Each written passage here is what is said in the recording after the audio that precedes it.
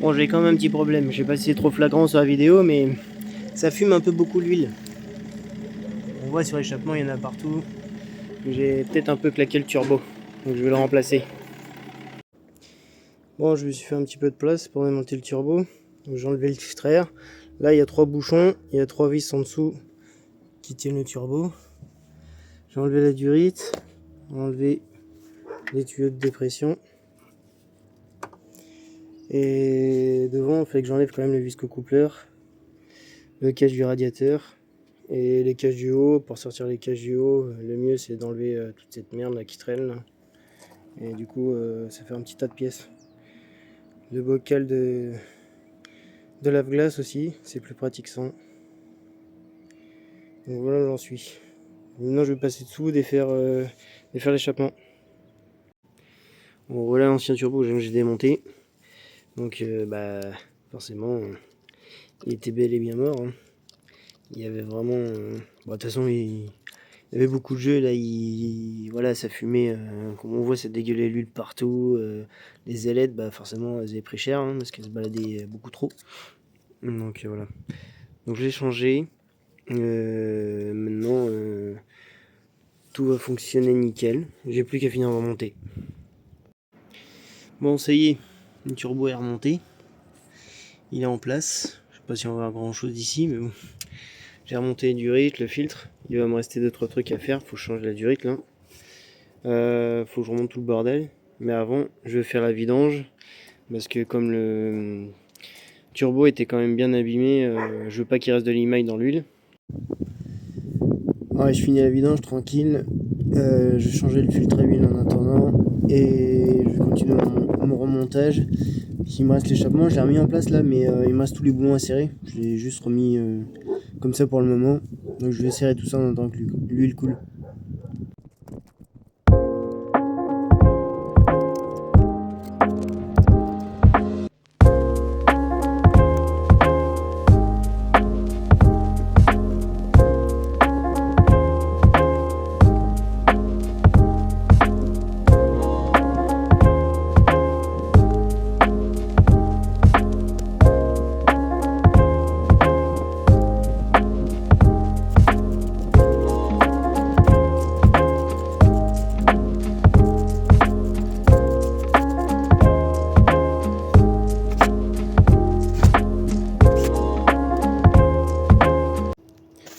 Bon, ça s'est pas franchement passé comme prévu.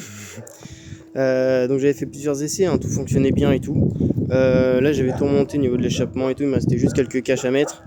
Et voilà le résultat. Le problème c'est qu'en accélérant un peu, il s'est remis à chier l'huile. Donc je vais redémonter l'échappement, voir si c'est pas des résidus d'huile qui restaient dans les silencieux. Et je vais essayer de le refaire tourner pour voir quoi. Voilà. J'ai redescendu ma ligne d'échappement. Maintenant je vais voir directement en fait si ça crache de l'huile directement par la tresse ou pas. Si c'est pas le cas, ça sera forcément les résidus d'huile qui restaient dans le silencieux. Je vais voir ça. Je vais essayer de démarrer maintenant.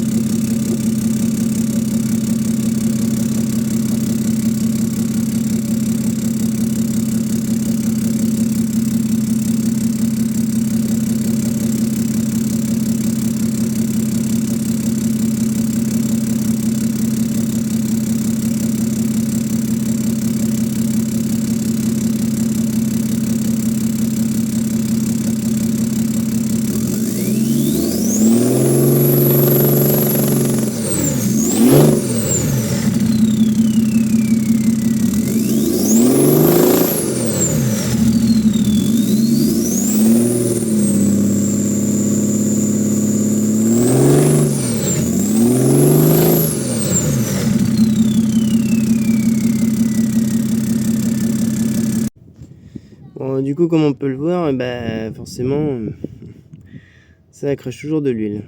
Donc j'ai essayé de chercher plus loin. C'est de changer le filtre désiulaire, voir dans quel état il est et je verrai par la suite.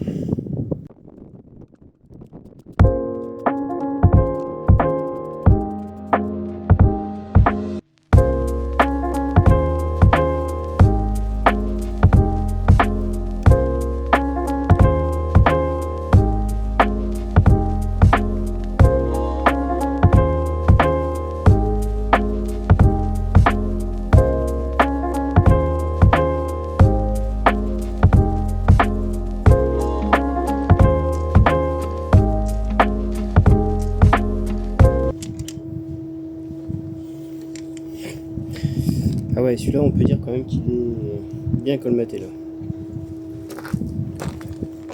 Là franchement j'en ai déjà vu des dégueulasses, mais des comme celui-là rarement.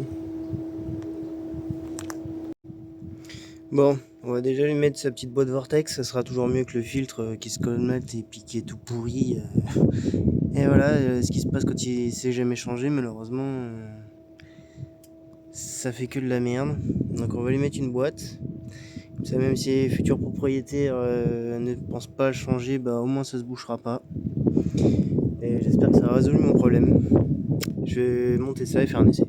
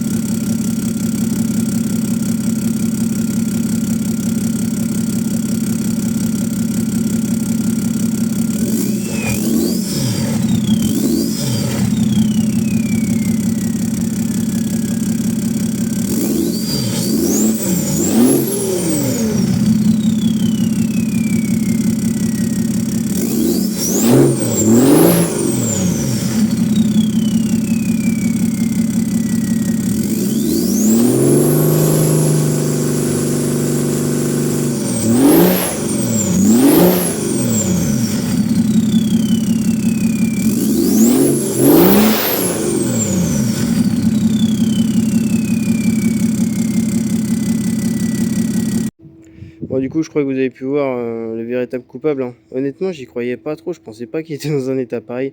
Vraiment, les gars, changez vos filtres désilaires, quoi. Parce que là, alors sur l'image, on se rend pas trop compte. C'est du béton. En fait, y a rien qui passe du tout, quoi.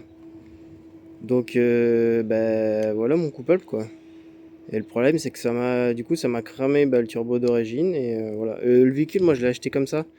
Ça fait je sais même pas si j'ai fait 5000 bornes avec, hein. Honnêtement, je devais le changer et tout, j'ai jamais eu le temps. Donc là, du coup, c'est pour ça que j'ai fait toute la vidange et tout. Ça, c'était le dernier suspect potentiel, on va dire. Mais ouais, putain, franchement, dans tous les cas, je l'aurais changé, quoi. Mais quand on voit un truc dans cet état-là, voilà. Changez vos filtres, quoi, ça vaut pas cher, quoi. Et remplacer par des boîtes Vortex, franchement, c'est beaucoup mieux. C'est les filtres en mousse, c'est bien si c'est entretenu et si c'est changé régulièrement. Mais le problème, c'est que si c'est pas fait, bah voilà, ça le colmate complètement et puis bah ça bouge tout, quoi, en fait.